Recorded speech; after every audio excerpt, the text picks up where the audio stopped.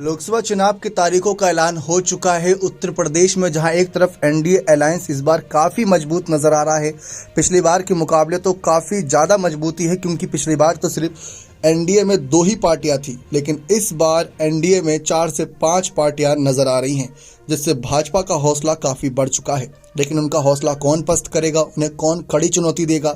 अब एक तरफ देखा जाए, भले ही सपा कांग्रेस के साथ गठबंधन में हो, लेकिन कांग्रेस का वोट बैंक भी आप जानते हैं उत्तर प्रदेश में कितना ही बचा है।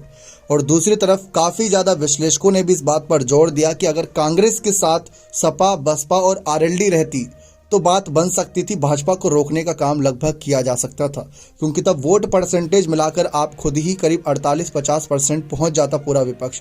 लेकिन फिलहाल जिस तरीके से राजनीतिक माहौल रहे, अखिलेश यादव का शुरुआत से ही रुख रहा कि वे मायावती के साथ नहीं जाना चाहते, जबकि पिछली बार मायावती की बसपा संग गठबंधन किया और यहां तक कि मायावती को प्रधानमंत्री बनाने की बात कर रहे थे अखिलेश यादव। इस बार अचानक ऐसा क्या हुआ? मायावती ने तो साफ कर दिया कि वोट ट्रांसफर नहीं होता, इस वजह से गठबंधन नहीं करना चाहती। तो अखिलेश क्यों नहीं मायावती यानी अपनी बुआ का यहाँ पर साथ लेना चाह रहे थे? इसके पीछे का कारण अब मीडिया भी उनसे जानना चाह रही है, क्योंकि अखिलेश यादव लगातार कई इंटरव्यूज का हिस्सा बने, चुनाव की तारीखों के ऐलान के बाद लगातार अपने पार्टी के प्रचार में जुटे हुए हैं। तो उनसे सवाल किया गया कि भाई, पिछली बार आप मायावती के साथ थे, इस बार ऐसा क्या हो गया?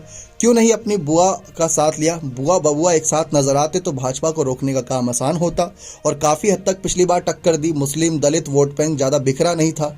तो अखिलेश यादव ने इस पर कहा कि हम पहले भी गठबंधन में रह चुके हैं, उसका एक्सपीरियंस हो चुका है, और एक बार जो हो गया सो हो गया, ठीक है, दोबारा वह चीज़ ना दोहराई जाए, कुछ नया आजमाया जाए, वो बेहतर है।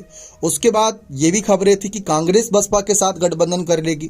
इस पर भी अखिलेश यादव ने कहा कि सबको अपना अपना अधिकार है कौन किसके साथ गठबंधन करे, लेकिन हमारी रणनीति साफ है कि हम भाजपा को हराना चाहते हैं। यहाँ से उन्होंने सवाल पलट दिया जवाब। उन्होंने कहा कि हम भाजपा को हराना चाहते हैं, हम उसके लिए पीडीए फॉर्मूले के सहारे आगे बढ़ रहे हैं। जबकि उसी पीडीए में एक डी भी आता है दलित, और दलित जितने वोटर्स इस समय मायावती के साथ हैं, अगर वो इंडिया अलायंस का समर्थन कर देते तो बात बन जाती।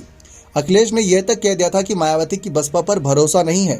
भले ही वो मजाकिया अंदाज में कहा हो, लेकिन मायावती ने उसको सीरियसली लेते हुए कहा था कि हमें तो इन पर भरोसा नहीं है। गेस्ट हाउस कांड तक की यहाँ पर बात याद दिला दी थी मायावती ने।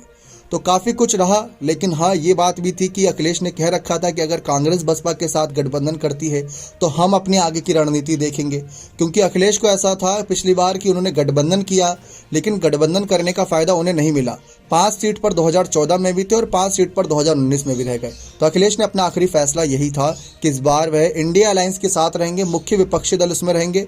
ये बात की बात है कि इसमें कौन जुड़ता है, कौन हटता है, कौन घटता है, वो तब की तब देखी जाएगी। लेकिन फिलहाल उनका मकसद था कि कांग्रेस के साथ मिलकर लड़ा जाए, और कांग्रेस के साथ है। बसपा के साथ की रही बात, तो उन्होंने कहा अब तो नामांकन प्रक्रिया भी शुरू हो चुकी है, अब तो चुनाव की तारीखों का ऐलान भी हो गया है, अब गठबंधन की बात मायावती की बसपा के साथ ना ही करो तो बेहतर रहेगा।